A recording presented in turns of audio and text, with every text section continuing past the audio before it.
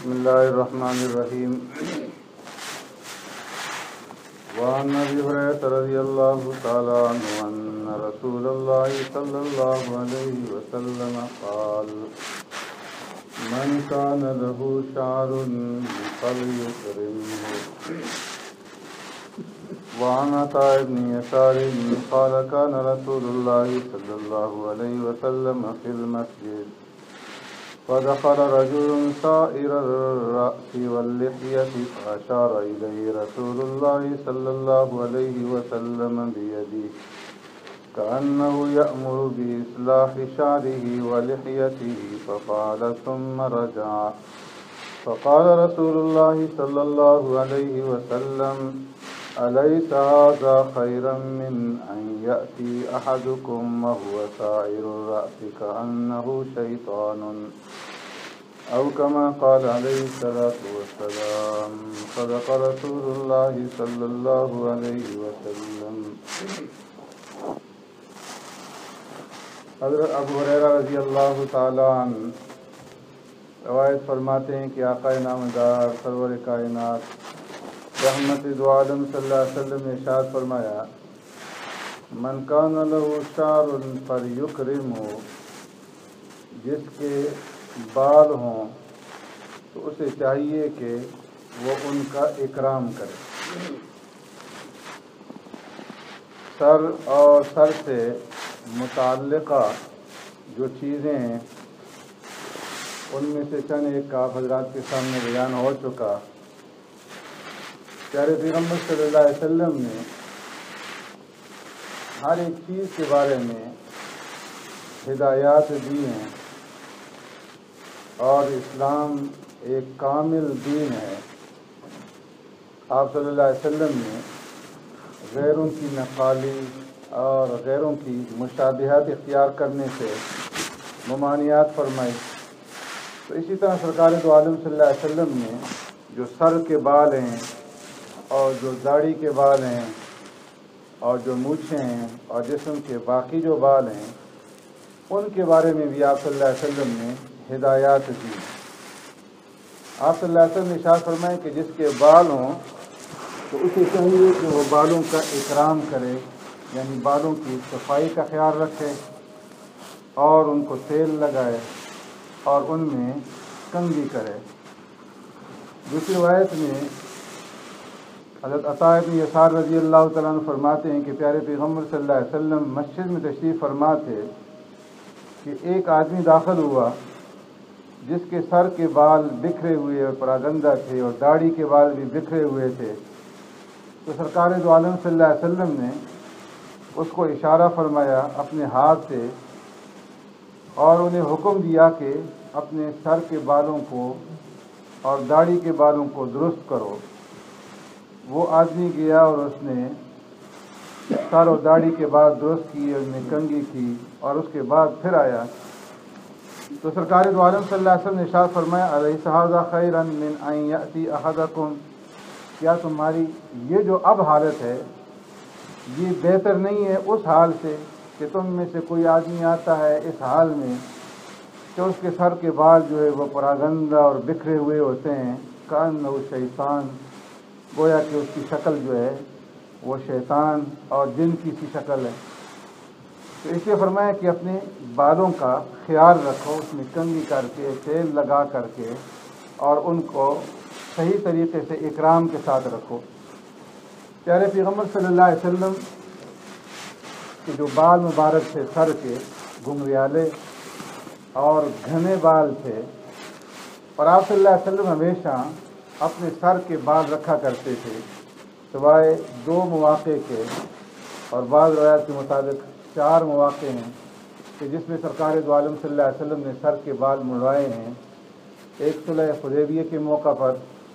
اور ایک حجۃ الوداع کے موقع پر. اس کے علاوہ سرکار دو عالم صلی اللہ علیہ وسلم سے بالوں کا منڈوانا جو ہے وہ ثابت نہیں. 2 مواقع اور بھی بیان فرمائے ہیں، ایک عمرہ جہرانہ اور ایک عمرہ قضاء کے موقع پر. باقی سرکار دو عالم صلی اللہ علیہ وسلم نے سر کے بال جو ہے رکھے ہیں. اور آپ صلی اللہ علیہ وسلم کے بالوں کی 3 کیفیات روایات میں آتی ہیں کہ آپ صلی اللہ علیہ وسلم کے جو بال تھے وہ کانوں کے درمیان تک تھے، دوسری روایت میں ہے کہ کانوں کی جو لو ہے یہاں تک سرکار دو عالم صلی اللہ علیہ وسلم کے سر کے بال تھے، اور تیسری روایت میں یہ ہے کہ آپ صلی اللہ علیہ وسلم کے بال مبارک جو ہے وہ کندھے تک پہنچے۔ اس سے زیادہ سرکار دو عالم صلی اللہ علیہ وسلم نے کندھے سے نیچے جو ہے بالوں کو نہیں لٹکایا، زیادہ سے زیادہ اگر بڑھ جاتے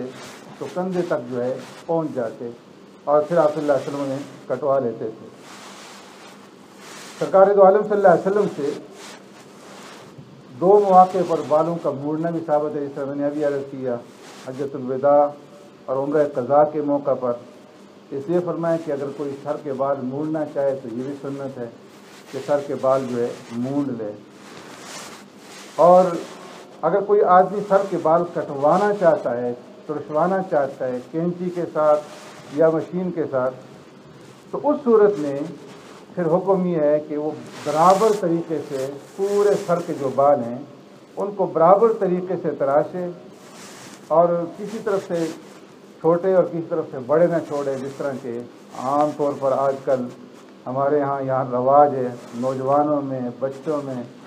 کہ آگے سے بال چھوڑ دیتے ہیں، پیچھے سے کٹوا دیتے ہیں، یا دائیں طرف سے کٹوا دیتے ہیں، بائیں طرف سے کٹوا دیتے ہیں، چوٹی چھوڑ دیتے ہیں۔ تو سرکار دو عالم صلی اللہ علیہ وسلم نے اس سے منع فرمایا۔ حضرت نافع فرماتے ہیں سمعت النبی صلی اللہ علیہ وسلم، حضرت ابن عمر رضی اللہ تعالیٰ سے نقل کرتے ہیں کہ آپ نے فرمایا کہ میں نے سرکار دو عالم صلی اللہ علیہ وسلم سے سنا ینہا عن القضاء، کہ آپ صلی اللہ علیہ وسلم نے قضا سے منع فرمایا۔ قیل لنافع ما القضاء، حضرت نافع سے پوچھا گیا کہ قضا کس کو کہتے ہیں؟ تو فرمایا یخلق بعض رأس الصبی ویترک البعض، کہ بچوں کے سر کے بعض حصے جو ہے وہ بال منڈوا دیے جائیں اور بعض کو چھوڑ دیا جائے۔ اس سے سرکار دو عالم صلی اللہ علیہ وسلم نے منع فرمایا ہے۔ ابن عمر رضی اللہ تعالیٰ فرماتے ہیں نبی صلی اللہ علیہ وسلم رأى صبيا قد خلق بعض رأسه وترك بعضه، آپ صلی اللہ علیہ وسلم نے ایک بچے کو دیکھا کہ اس کے سر کے بعض حصے کے بال جو ہے وہ کٹے ہوئے تھے اور بعض حصے کے چھوڑے ہوئے تھے۔ فنہاہم عن ذلک، آپ صلی اللہ علیہ وسلم نے اس سے منع کیا اور فرمایا کہ یا تو سارے کے سارے بال منڈوا دو یا سارے کے سارے بال جو ہے وہ چھوڑ دو۔ یہ حکم جس طرح بچوں کے لیے، اسی طرح نوجوانوں کے لیے، اسی طرح بڑوں کے لیے ہے کہ اگر بال آپ نے کٹوانے ہیں تو پھر پورے سر کے بال جو ہیں وہ ایک ہی طرح سے کٹوائے جائیں، ترشوائے جائیں، بعض حصے کا چھوڑ دینا، بعض حصے کے کاٹ دینا جو فیشن ہے آج کل، اس سے سرکار دو عالم صلی اللہ علیہ وسلم نے منع کیا ہے۔ تو اس لیے اس کی اصلاح کی ضرورت ہے، اپنے بچوں کو جو ہے اس کی تربیت کی جائے کہ اس طریقے سے جو ہے وہ بال نہ کاٹیں۔ پھر سرکار دو عالم صلی اللہ علیہ وسلم نے فرمایا کہ تم اپنے بالوں کا اکرام کرو، بالوں کے اندر جو ہے کنگھی کرو اور تیل لگاؤ۔ آپ صلی اللہ علیہ وسلم بالوں کو تیل لگایا کرتے تھے، اور فرمایا کہ اتنا زیادہ تیل لگاتے تھے کہ آپ صلی اللہ علیہ وسلم ایک درمیان میں چھوٹا سا کپڑا رکھا کرتے تھے کہ تیل کی تراوٹ کی وجہ سے جو پگڑی مبارک ہے اور ٹوپی ہے وہ متاثر نہ ہو۔ تو آپ صلی اللہ علیہ وسلم جو ہے اتنا تیل بالوں کو جو ہے دیا کرتے تھے۔ اور اسی طرح سرکار دو عالم صلی اللہ علیہ وسلم جو ہے بالوں کے اندر مانگ نکالا کرتے تھے، کنگھی کر کے درمیان سے مانگ نکالتے تھے۔ ابن عباس رضی اللہ تعالیٰ عنہ فرماتے ہیں کہ شروع میں سرکار دو عالم صلی اللہ علیہ وسلم بالوں کو یوں ہی لٹکا ہوا چھوڑ دیتے تھے اہل کتاب کی نقل میں، جب تک کوئی واضح حکم نہیں آیا تھا، اور مشرکین کی عادت یہ تھی کہ وہ مانگ نکالا کرتے تھے سر میں، سرکار دو عالم صلی اللہ علیہ وسلم یوں ہی چھوڑ دیتے تھے۔ ثم فرق بعد، اس کے بعد پھر سرکار دو عالم صلی اللہ علیہ وسلم نے بھی سر کے اندر جو ہے مانگ نکالنا شروع کر دی۔ ام المؤمنین سیدہ طاہرہ عائشہ صدیقہ رضی اللہ تعالیٰ عنہ فرماتی ہیں اذا فرقت لرسول اللہ صلی اللہ علیہ وسلم رأسه صدعت فرقه عن یافوقی وارسلت ناصیته بین عینی، کہ میں سرکار دو عالم صلی اللہ علیہ وسلم کی مانگ نکالا کرتی تھی، تو آپ صلی اللہ علیہ وسلم کی جب مانگ میں نکالتی تھی تو فرمایا کہ سر کا جو اوپر والا حصہ ہے، جو تالو ہے، یہاں سے میں شروع کرتی تھی اور یہاں سے بالوں کو دو حصے میں تقسیم کر کے دائیں طرف اور بائیں طرف ڈال دیتی تھی۔ تو اوپر سے مانگ کا جو حصہ ہوتا تھا وہ تالو سے شروع کر کے، اور فرمایا کہ ناک کے بالکل سیدھ میں آنکھوں کے دونوں جو ہے درمیان حصہ ہے، یہاں سے جو ہے مانگ کو میں جدا کیا کرتی۔ تو اس سے معلوم ہوا کہ سرکار دو عالم صلی اللہ علیہ وسلم مانگ نکالتے تھے،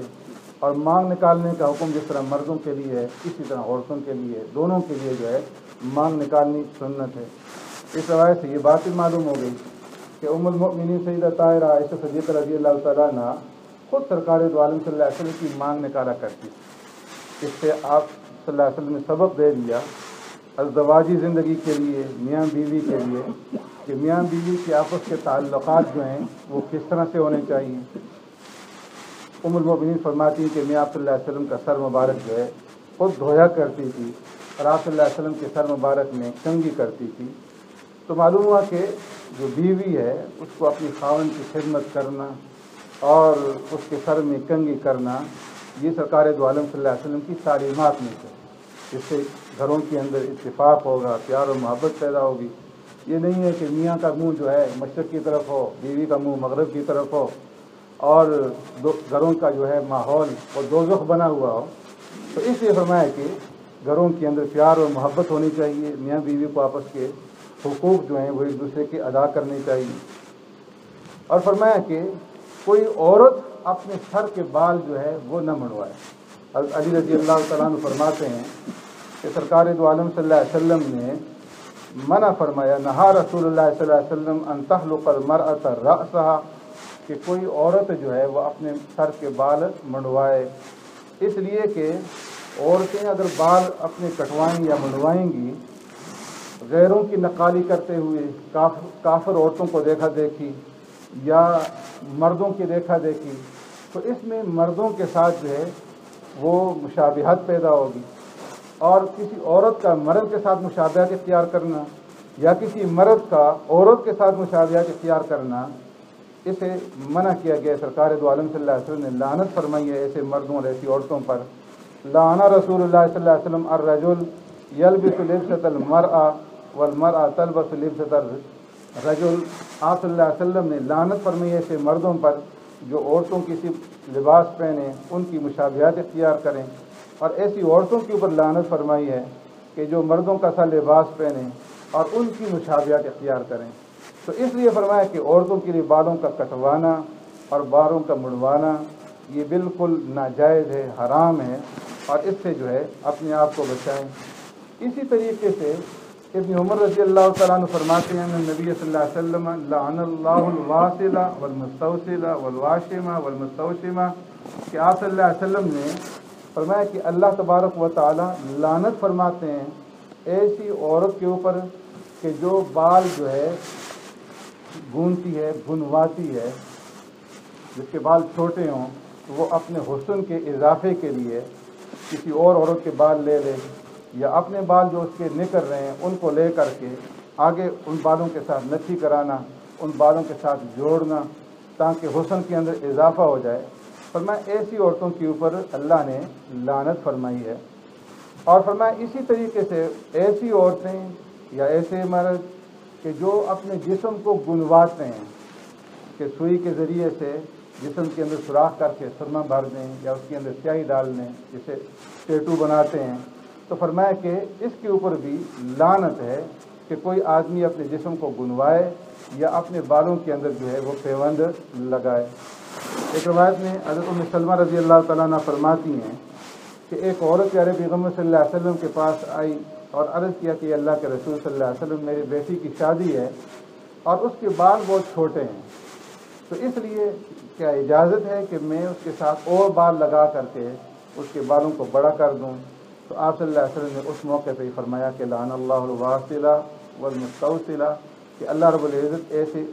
عورتوں کے اوپر لعنت فرماتے ہیں کہ جو بالوں کے اندر اس طریقے سے پیوند لگا کر کے اپنے بالوں کو بڑا کریں۔ تو اس لیے فرمایا کہ عورتوں کے لیے بالوں کے اندر اس طرح پیوند لگانا یہ حرام ہے، ناجائز ہے۔ اسی طرح عورتوں کا بالوں کا منڈوانا جب تک کوئی شرعی عذر نہ ہو تو یہ بھی بالکل منع ہے، ناجائز ہے۔ اور بالوں کی حفاظت کرنا مردوں کے لیے بھی حکم ہے، عورتوں کے لیے بھی، اور اس کو جو ہے فرمایا کہ تیل لگایا جائے، اور تیل لگانے کی ابتدا مسنون طریقہ یہ ہے کہ جب سر کے اوپر تیل لگائیں تو فرمایا کہ جو یہ بھوئیں ہیں اس سے تیل لگانے کی ابتدا کی جائے۔ سرکار دو عالم صلی اللہ علیہ وسلم بائیں ہاتھ میں تیل رکھتے تھے اور دائیں ہاتھ کے ساتھ پہلے ان بھوؤں کے اوپر جو ہے تیل لگاتے، پھر اس کے بعد آنکھوں پہ تیل لگاتے، پھر جو پیشانی ہے اس پہ تیل لگاتے، پھر دائیں حصے پہ، پھر اس کے بعد جو ہے بائیں حصے پہ تیل لگاتے تھے۔ اور فرمایا کہ جو آدمی اس طریقے سے تیل لگائے گا کہ ابتدا ان آبرو سے کرے گا، اگر سر کا درد ہوگا تو یہ درد جو ہے یہ بھی ختم ہو جائے گا۔ داڑھی کے اوپر تیل لگانا ہے تو فرمایا کہ وہ بھی بائیں ہاتھ میں تیل لے کر کے دائیں ہاتھ سے لگائے، اور بعض روایت میں آتا ہے کہ داڑھی کے جو حصہ گردن کے ساتھ ملا ہوا ہے اس سے ابتدا کرے، اور بعض روایت میں یہ ہے کہ مسنون یہ ہے کہ داڑھی کا جو ریس بچہ کہلاتا ہے یہ جو حصہ ہے یہاں سے تیل لگانے کی ابتدا کرے، اس کے بعد جو ہے دائیں حصے پہ تیل لگائے۔ تو بالوں کی حفاظت کرنا اور ان کو سجا کر کے رکھنا، کنگھی کرنا، یہ بھی مسنون ہے۔ اللہ رب العزت ہمیں عمل کرنے کی توفیق عطا فرمائے۔ اللهم ربنا آتنا في الدنيا حسنة وفي الآخرة حسنة وقنا عذاب النار وقنا عذاب القبر وقنا عذاب الحشر وقنا عذاب الدين وقنا عذاب الميزان اللهم إنا نعوذ بك من عذاب جهنم ونعوذ بك من عذاب القبر ونعوذ بك من فتنة المسيح الدجال ونعوذ بك من فتنة المحيا والممات اللهم اشف مرضانا ومرضى المسلمين اللهم يا شافي الأمراض اشف مرضانا ومرضى المسلمين سبحان ربك رب العزة عما يصفون وسلام على المرسلين والحمد لله رب العالمين برحمتك يا أرحم الراحمين۔